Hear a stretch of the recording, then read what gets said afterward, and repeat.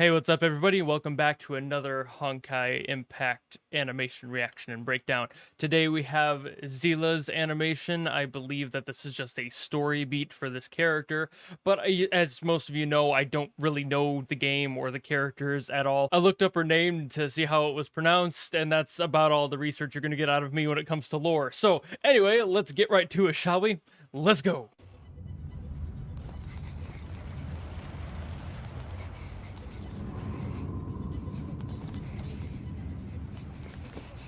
Ooh.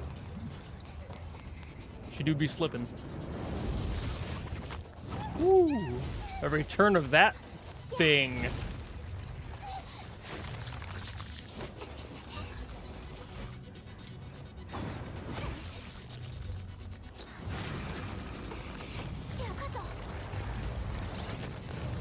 Ooh, okay, there will definitely be times where I am quiet during these, just because I'm paying attention to what's happening and what's being done.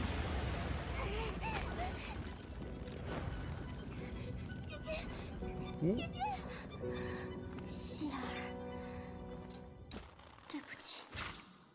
Hey, you can't be doing that. No. No. Not bronya, I've spent like 2 videos with her. You can't be doing this to me. I'm getting attached.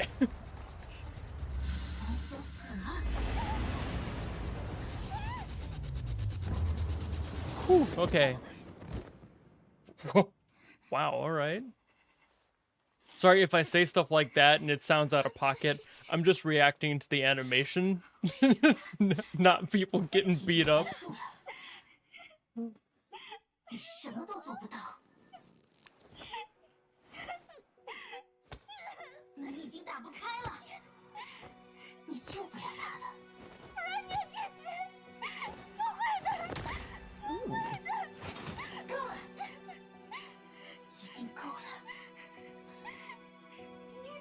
Man, yeah, they're back in here. They're starting to do that heavy emotion around this time.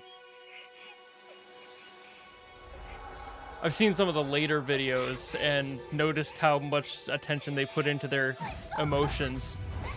And this is like definitely the first one sequentially where they're focusing a lot on it.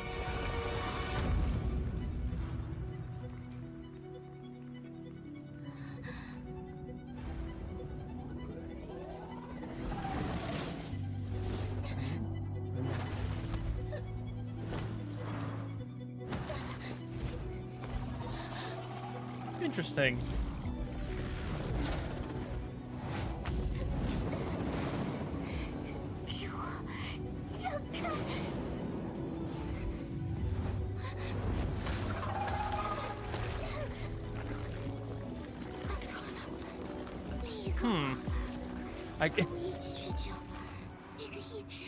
I'm trying to think of things that I can say that are better, but sometimes it's just noises.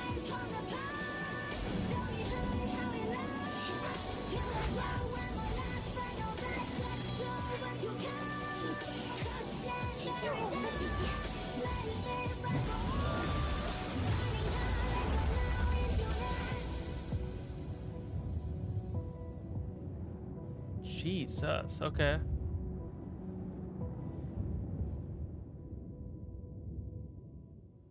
There's no way that's all of it. Yeah. So that was way too short.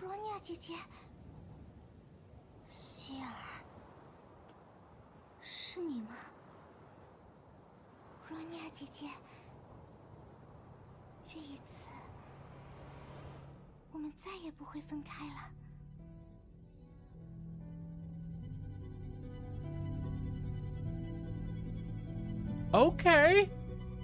All right. For some reason I thought there would be like a couple more minutes. Am I off on time? Oh, it's all credits. I was like, this doesn't feel like it was that long. There's still stuff I can talk about, so that's great. Let's get over and do that, shall we? All right, so the first thing I wanted to do was just walk through this little sequence here of all of these sludge arms that are coming after the characters and how they transform into hands.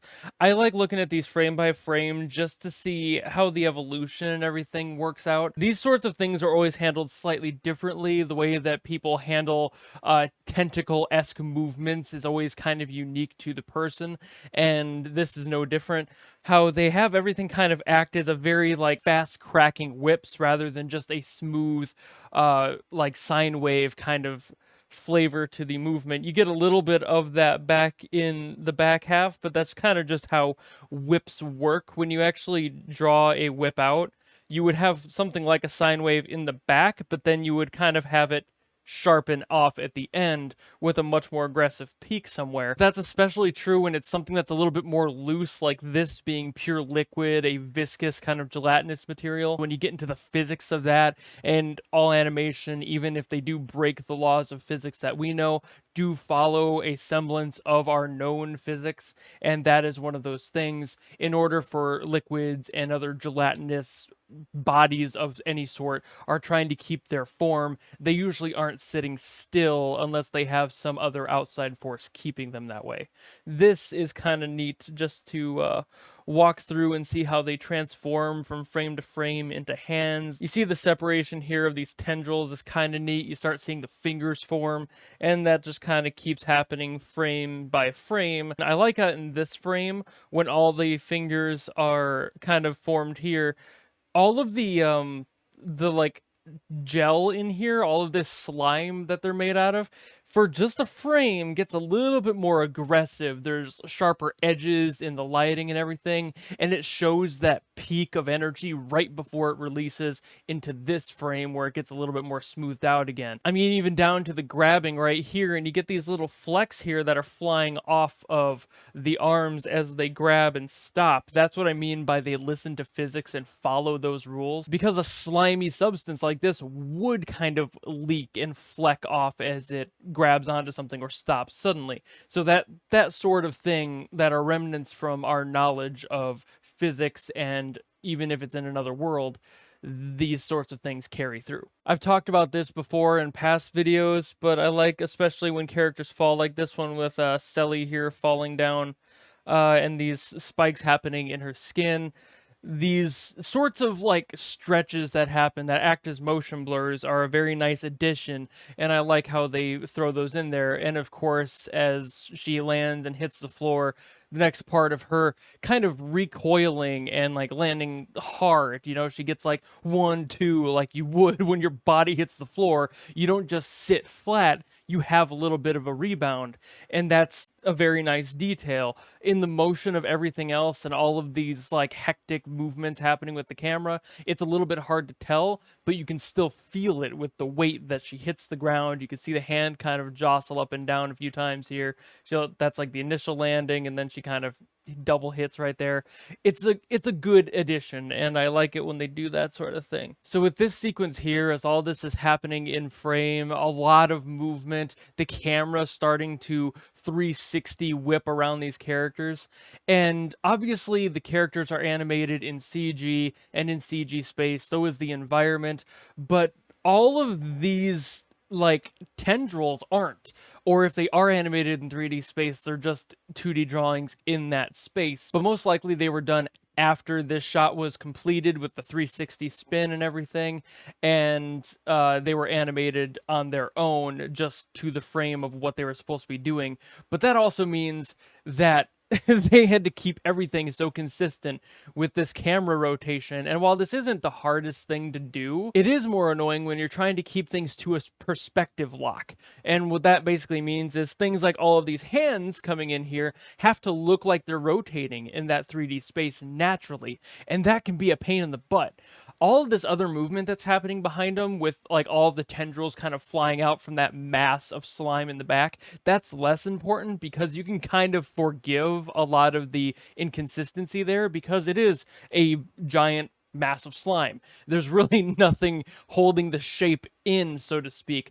But keeping these hands consistent during a 3D rotation like that, while maybe not the hardest thing in the world, and they definitely did lower the frame rate for those to follow them through, it makes it a little bit easier and a little bit more time efficient. it is still worth pointing out just because it is difficult to do in the grand scheme of things, and they could have picked a such easier shot to do this instead of making the camera 360 whip around these characters as it is. That's just a lot of extra work when they don't need to do it, and you got to respect it when they do that sort of thing because it shows that they care and that they want to put in that little extra oomph to the project. This sequence here showing the emotion on Seele's face, I like how they do the whole 2D draw over thing in order to sell that emotion a little bit more. 3D models, while as great as they can be for a lot of things, including body movements and everything else, they lack a lot in getting emotional pressure shown through that range of emotion that you can show by using hand-drawn elements and being able to really fine-tune expressions. You just don't get as much of that in CG with standard rigs. So it's nice to see when they do things like this, and the Honkai animations as a whole have pretty much always done this, at least since at very least the bronya stuff. So this little sequence here of Shelly falling down and the camera kind of bouncing with her, a lot of camera shake to sell this extra aggression, a lot of extra time in things like the detail of the hair, these like plumes of dust under her body. There's a lot. I think this shot alone might have the most detail in the character animation in the entire project. There's probably stuff that took a lot longer time, like animating all those wisps of electricity and energy from the prior shots, but this effort here, just to get every little frame of her hair flowing properly, getting all the physics locked in, all of the body movement that this required to sell, and even the camera there being slightly behind her fall, showing the aggression and the velocity behind it. They spent so much time and effort getting something that is frankly such a minor detail down that just makes the whole shot feel better. Even down to the lighting with her being top lit and this very heavy, aggressive edge lighting coming from the one location is a nice addition in order to sell this sort of emotional baggage that's being presented to you in this next scene. Showing this aggressive lighting, very moody, very specific to the shot and the emotion they're trying to present. This is something that they've done many times before, and they've done in many of their emotional pressure scenes in the past, especially with the lighting, but it's always appreciated because it means that there's a visual consistency that they can pull from that isn't just, hey, we're using the same or similar models with a same or similar art style. I really think that this is cool, having this very saturated, aggressive red coming from a character that we know has a main color palette of blue in their accent. The whole red v blue thing is a time-tested color theory based situation where it's just easy to tell the two colors apart. You can't mix them up, so it's been used in sports and video games for decades upon decades to show the opposition of two sides. And since we were just introduced to these two different colors and maybe two different sides to this one character, I'm not a lore guy here, I'm not entirely sure how that works, but the fact that she has this deep saturated red coming from her own hands as the character who's blue, it's kind of showing this seeping in of this other character, and it's bringing the character to life in a deeper, like, blood bond sort of way. I'm doing a little bit of theory wrangling there to see if I'm kind of in the ballpark of these two characters definitely being a part of the same unit in one way or another. But the fact that you see such deep crimson red blood out of her, and that directly correlating to the red of the other character, it's kind of showcasing the fact that this other character exists and she's trying to help out, or she's at least becoming a part of this sequence and her story directly, this character in blue. Now, I've talked about the emotions in these Honkai animations a multitude of times. It seems that this one is really where they first grab on, with full force to their emotional ties and this visual language they're trying to get to and this point that they're trying to reach. I think this was the first project where it really felt extremely on point with the way that all the characters look and what they're trying to convey through their faces. This is a lot more effort than just, oh, it's a CG model with a CG face. Like these extra details, all of these imperfections, these lines going through the eyelashes and eyebrows, all of this stuff.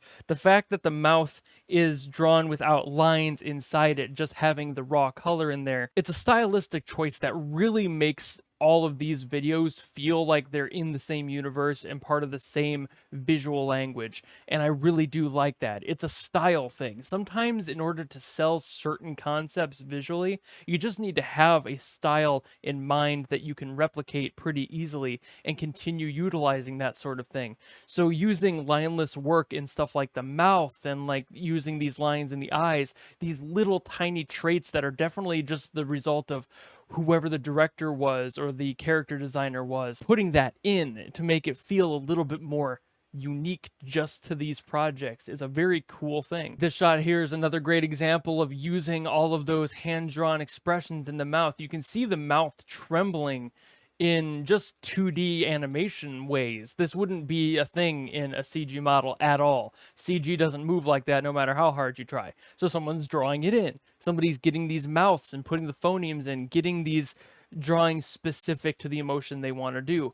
Because again, while 3D may be great for a lot of purposes, what it's not great for is showing heavy emotions of characters like this and really selling it truly without any sort of assistance. And this is kind of going for a low-hanging fruit here, but I do like the visual show here of the metaphorical, and in this case literal, breaking of these chains that this other part of her is trying to say, don't do this, don't go, you can't do this. This sort of pessimistic side of her that's just pulling her down and not letting her try, you know. Sometimes the emotions you have are stronger than the doubts you may have, and this is just a superb way of showing it. Even if a little bit literal, I think it's a beautiful sequence. Now, I almost always have a sequence or a shot that I have to kind of criticize because I don't think it looks all that great, and in this project, it's definitely this whole fight here feels a little bit too messy to me. These characters are not entirely well designed. The fact that they're the same color as the background and the general environment around them makes them hard to see. They're really only lines being fought by a character that has an otherwise very strong, noticeable silhouette and color palette on this background. So I just don't think that these enemies really work too well in this sequence because it's kind of hard to see where they are a lot of the time, and especially when they do stuff like this and they bundle up really close to each other. This just looks like an amalgamation of nonsense and not really a bunch of these creatures or whatever they are running into each other. You can tell that's what's happening, but just barely. If it's in full motion and I'm not going through it frame by frame, it's kind of hard to tell exactly what is what, who is who. They're not really unique enough to do this sort of thing. They don't have any identity on screen of their own. It's a little distracting and a little unfortunate, where I feel like if they even had a color palette change and a texture swap, they could have been a little bit better and it would have been easier to see overall. But unfortunately, this whole sequence kind of falls flat because it doesn't do any of that. The saving grace to this shot being these two kind of figuring themselves out and working together here. They change the color palette. They make very striking, obvious palette changes to every single shot, and you can really tell where things are happening and what's going down. This sort of, and they just kind of wipe all these creatures out all at once, so it kind of makes for a non-issue. But that's kind of what I mean, is really the only way to fix what was happening prior was to just get rid of it, you know? I like that they didn't spend too much time in that prior scene with her having this mental anguish and confusion, because it was getting a little bit visually tired and not exactly exciting. And that's pretty much all I had to say there. I forgot that after that last scene was just the shot of Bronya moving up and then it was all credits. I felt like there was going to be another shot that I had forgotten about or something, but nope. So thank you all so very much for watching. If you like these videos and you want to see more of these breakdowns, this one, it was a little bit hard to find things to talk about because a lot of the stuff was stuff I have talked about in like the last two videos. but I was able to figure out some stuff, especially with those emotions that they were finally starting to use a little bit more of sequentially in this project. So it's nice to see that, and I'm expecting to see more of that now that I'm kind of caught up to where I was in the story prior. But overall, I'm pretty excited to see what the next video has in store for me. And if anybody was watching, and yes, I did say Seele wrong every single time aside from the first one, just to bother people. So if anybody's seeing this part and you're seeing it in the comments, people are crying about it, point them to this point in the video so now you can point and laugh at them too. All right, if you want to follow me and everything, you know how to do that, and I will see you in the next video. Goodbye!